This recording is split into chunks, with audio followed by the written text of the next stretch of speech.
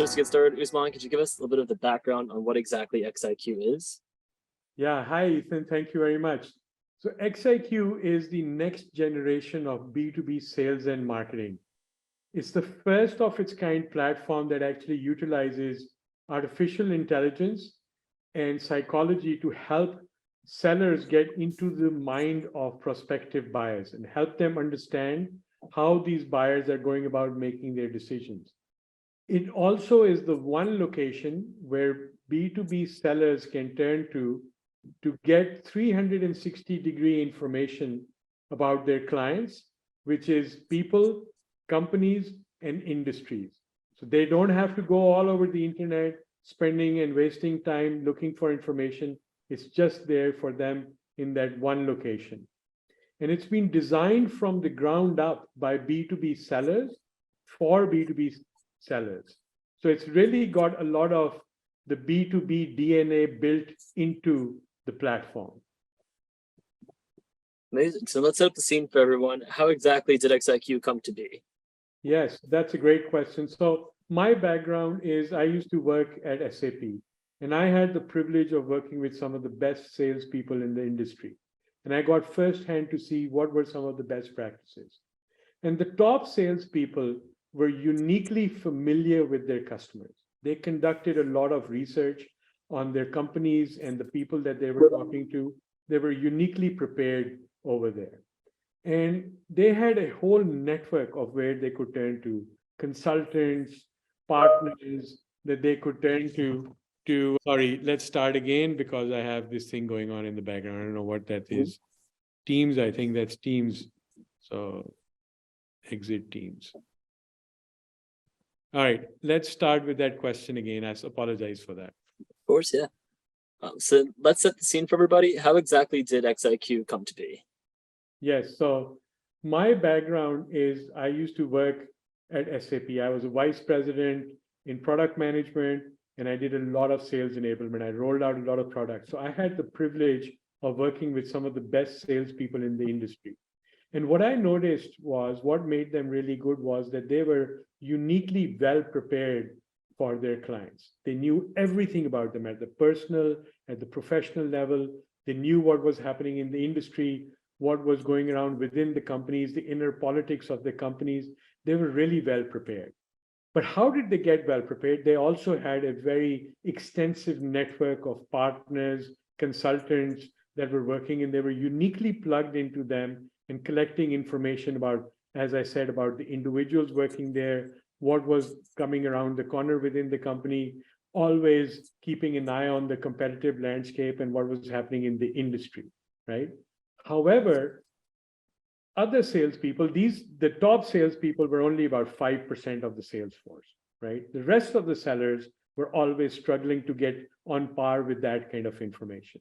So the idea of XIQ was born in how can we tap into the wisdom of the best salespeople and be able to spread it around to the next level of salespeople and help them improve their game, right?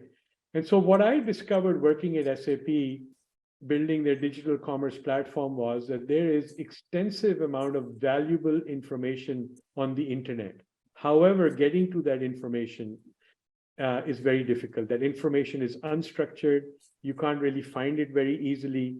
And if we could tap into that information, put some structure around it and bring it and make it available for those sellers that were always struggling to get prepared, did not have the personal networks or the personal networks to really go out and find these individuals. And so we created the idea of XIQ, multiply your IQ, by being able to tap into this unstructured data on the internet and be able to dilute that and bring information and value out of that information for sellers. And that's what how XIQ came about.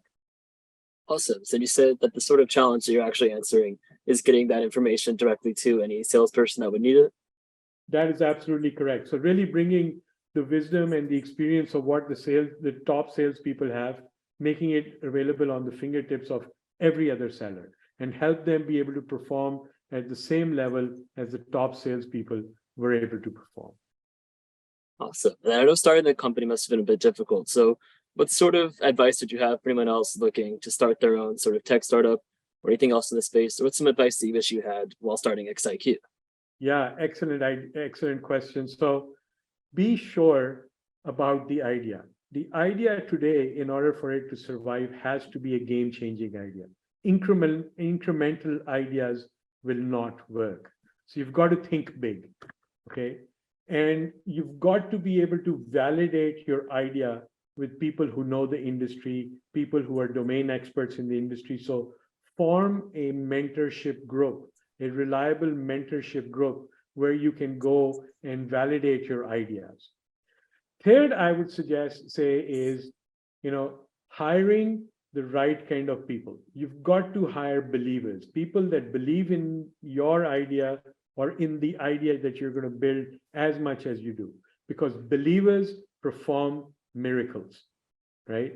And so having believers on your side can really change things around. People who are dedicated, have very high work thresholds and outputs.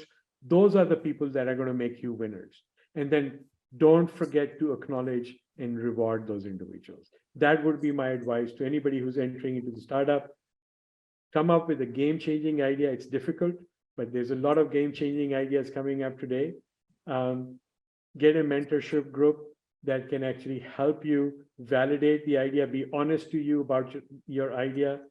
The believers, you've got to have the believers in your team. Believers can perform miracles. And lastly, acknowledge those believers, reward those believers. So take them on the journey with you. Of course, and then taking them on that journey, look from the past towards more the present day today. So we see there's a lot of sort of challenges coming up now, and the year is projected to be a more difficult one. So what's some advice you give or like a fresh idea to your fellow CEOs who are leading companies today?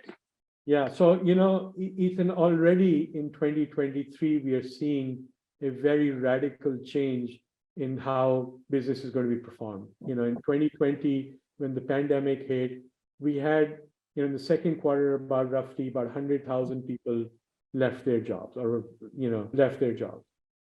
the Q4 of 2020, where there's no pandemic, there's another about 100,000 people in just about 500 tech companies that have left their jobs, right?